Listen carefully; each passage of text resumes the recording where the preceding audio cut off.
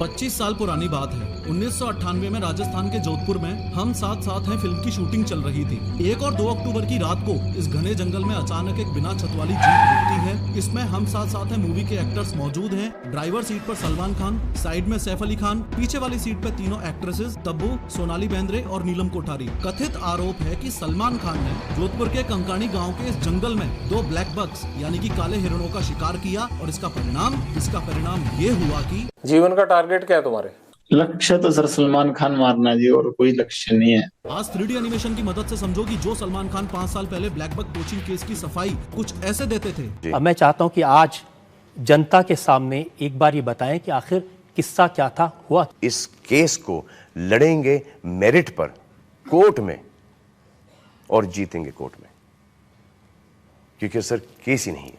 आज उनके शुभचिंतकों की ये हालत कैसे हुई? मेरे सलमान भाई की तरफ से मैं माफी मांगती हूँ। मैं माफ कर दो भैया। मैं ये लो भाई, मैं सलमान खान की तरफ से मैं बिश्नोई समाज से माफी मांगती हूँ कि भैया माफ कर दो। और मोस्ट इम्पोर्टेंटली एक जेल में बंद बैठा हुआ गैंगस्टर लॉरेंस बिश्नोई आखिर कैसे सिद्धू मूसेवाला को जान से मरवा सकता है, कैसे इंडिया में 1000+ शूटर से कनेक्टेड है और कैसे बैंकॉक और थाईलैंड तक इसकी गैंग्स फैली हुई हैं। लेकिन सबसे पहले ये समझते हैं कि लॉरेंस बिश्नोई एक स्टूडेंट से गैंगस्टर कैसे बन गया। बात 12 फरवरी 1993 की है। फिरोजपुर पंजाब के एक गांव में लॉरेंस का जन्म हुआ। लॉरेंस के पिताजी हरियाणा पुलिस में नौकरी करते थे और 1997 में रिटायर होकर खेती का काम संभालने लगे। 1 साल बाद अक्टूबर 1998 में अब लॉरेंस 5.5 साल का हो गया है और ऑब्वियसली उसे कोई अंदाजा भी नहीं है कि एलिजिडली जोधपुर में इस दौरान सलमान खान 2 ब्लैक बक्स का शिकार कर रहा है और 25 साल बाद इसी बॉलीवुड के भाईजान को मारना उसकी जिंदगी का इकलौता मकसद रह जाएगा। खैर 12th पास करके 2010 में Lawrence Bishnoi DAV college Chandigarh में लॉ में ग्रेजुएशन करने के लिए चला गया। रिपोर्ट्स ये भी कहती हैं कि 10वीं में लॉरेंस बिश्नोई एक लड़की को काफी पसंद करता था और 12th पास करते करते ये एक रिलेशनशिप में आ चुके थे। डीएवी कॉलेज चंडीगढ़ में लॉरेंस बिश्नोई ने अकेले नहीं बल्कि अपनी गर्लफ्रेंड के साथ ही एडमिशन लिया था आगे की पढ़ाई के लिए। कॉलेज में काफी पॉपुलर होने की वजह से लॉरेंस ने स्टूडेंट सिलेक्शन में खड़ा होने का डिसीजन लिया और अपनी party student organisation of Punjab university यानी सोपू बनाई। इलेक्शन के दौरान लॉरेंस की मुलाकात हुई गोल्डी ब्रार से। ये वही गोल्डी ब्रार है जिसने सिद्धू मूसेवाला को मारने की जिम्मेदारी ली थी और पुलिस के अनुसार फिलहाल कनाडा में बैठे बैठे ही इंडिया में अपनी गैंग्स रन करता है। खैर काफी मेहनत के बाद भी लॉरेंस बिश्नोई ये इलेक्शंस हार गया और चूंकि अपोजिशन पार्टीज के बंदों के साथ उसकी दुश्मनी चलती ही रहती थी इसलिए उसने एक गन खरीद ली।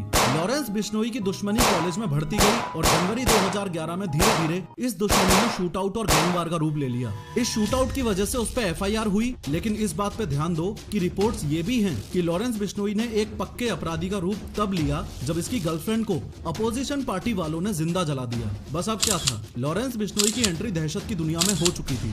बदला लेने के लिए उसने अपने कनेक्शंस बढ़ाने शुरू कर दिए। जाने माने क्रिमिनल्स जैसे जग्गू भगवानपुरी और रॉकी फैजिल्का के साथ उसने हाथ मिला लिया। वो कांड करता, पकड़ा जाता, जेल जाता और कनेक्शंस की मदद से छूट जाता। ये होता रहा, लेकिन एक दिन राजस्थान पुलिस के साथ शूट आउट में उसे धर दबोचा गया और जयपुर में स्थित जवाहर सर्किल पुलिस थाने में बंद कर दिया गया। तब से लेके आज तक लॉरेंस बिश्नोई का अलग अलग जेलों में ट्रांसफर किया जाता रहा है, लेकिन है वो पुलिस की गिरफ्त में ही। अब इससे पहले आगे बढ़ के हम ये समझें कि लॉरेंस बिश्नोई जेल में बैठे बैठे सलमान खान को मारने की प्लानिंग कैसे कर रहा है। ज्यादा जरूरी ये समझना है कि सलमान खान की जान लेने के लिए वो इतना कमिटेड क्यों है। देखो लॉरेंस बिश्नोई, इसके सरनेम पे फोकस करो। बिश्नोई, 20 9।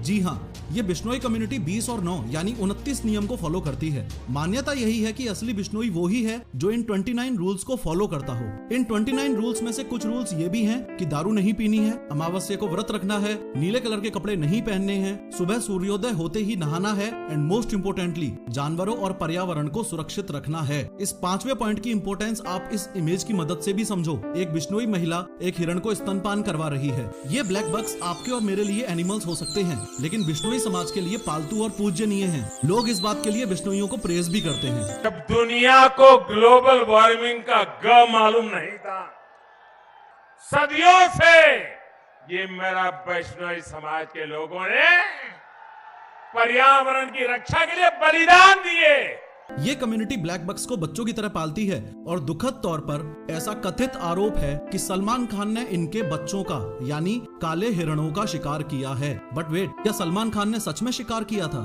चलो ब्लैक बक पोचिंग केस में आपको विटनेस साइड की स्टोरी दिखाता हूँ। बात राजस्थान के जोधपुर में कंकाणी गांव में 25 साल पहले 1998 में 1 और 2 अक्टूबर की मध्य रात्रि की है। छोगाराम जी को अचानक 2 गोलियां चलने की आवाज आती है। आज चांदनी रात है। मेरे को ठीक है। आपने सबको कोर्ट में पहचाना? लाइट में देखा था आपने? हाँ, लाइट में देखा। तो ये लाइट आज चांदनी रात थी। चांदनी रात थी। चांदनी रात थी।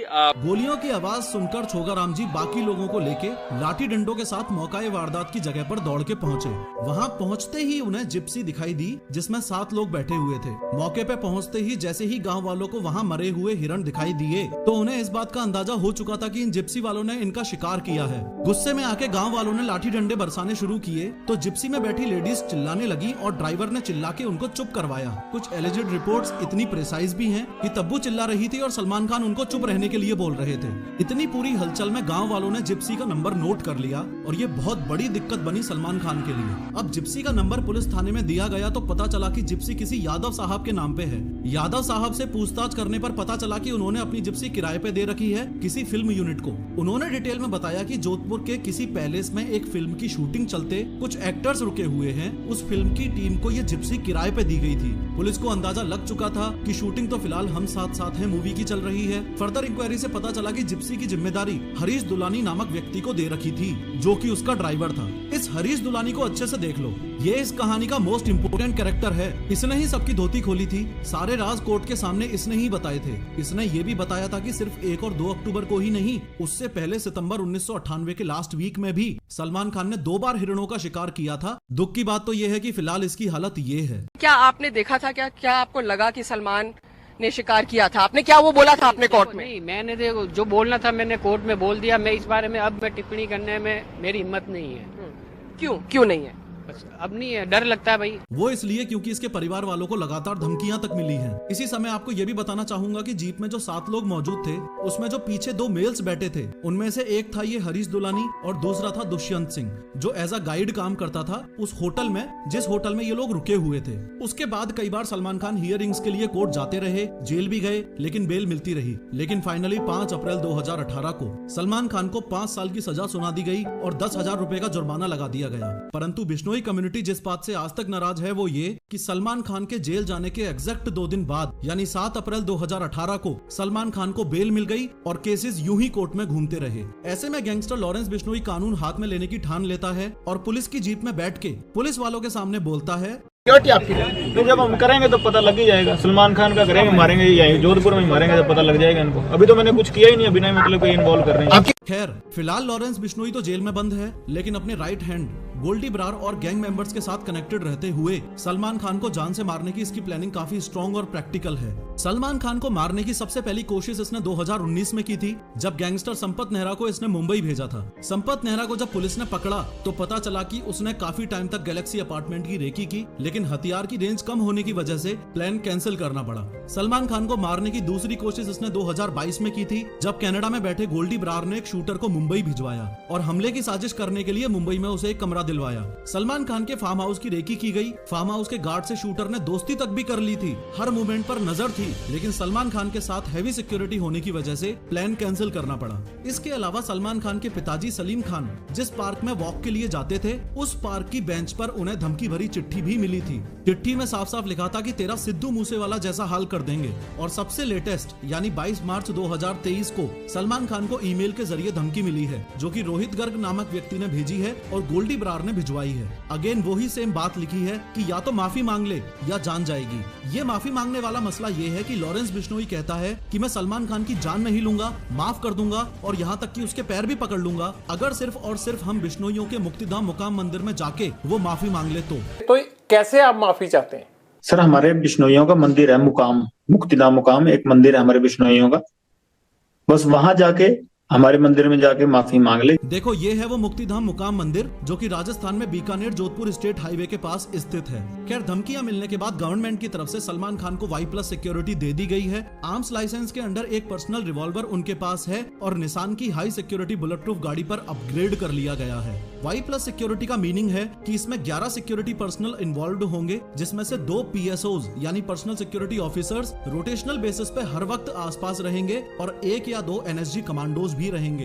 कहानी का तात्पर्य ये है कि सलमान खान माफी मांगने के लिए रेडी है नहीं और लॉरेंस बिश्नोई गैंगस्टर है तो उससे पीछे हटने की उम्मीद कर भी नहीं सकते। एलिजिडली जहां पे सलमान खान ने ब्लैक बक्स को मारा था वहां बिश्नोई समाज ने ऐसा स्मारक बनवा दिया है। और लॉरेंस बिश्नोई के व्यक्तित्व का दूसरा पहलू ये भी है कि कथित तौर पर वो एक देश प्रेमी है। जब छोटा था तो गाँव में बच्चों को नशा करने से रोकता था।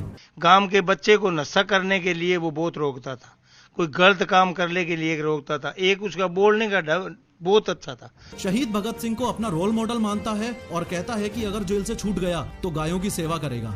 कभी बाहर आए तो गौशाला बनाएंगे, गायों की सेवा करेंगे और कोई एजेंडा नहीं है बाहर। फिलहाल हम सब के लिए जरूरी बात यह है कि लॉरेंस बिश्नोई जैसे गैंगस्टर्स के क्राइम्स को ग्लोरीफाई ना किया जाए और देश का यूथ इस दिशा में ना बढ़े। और दूसरी सोचने वाली बात यह है कि हमारा सिस्टम इतना ज्यादा फ्लॉड है कि पुलिस की निगरानी में जेल में बैठे बैठे ही लॉरेंस बिश्नोई अपनी पूरी गैंग्स के साथ कनेक्टेड है, क्राइम्स करता जा रहा है और उसके शब्दों में कुछ इस तरीके से घपले हो रहे हैं। फोन कैसे आ जाता है अंदर? बाकी साथियों के पास भी है, आपके सबके पास फोन ना? नहीं, फोन सर दीवार के ऊपर से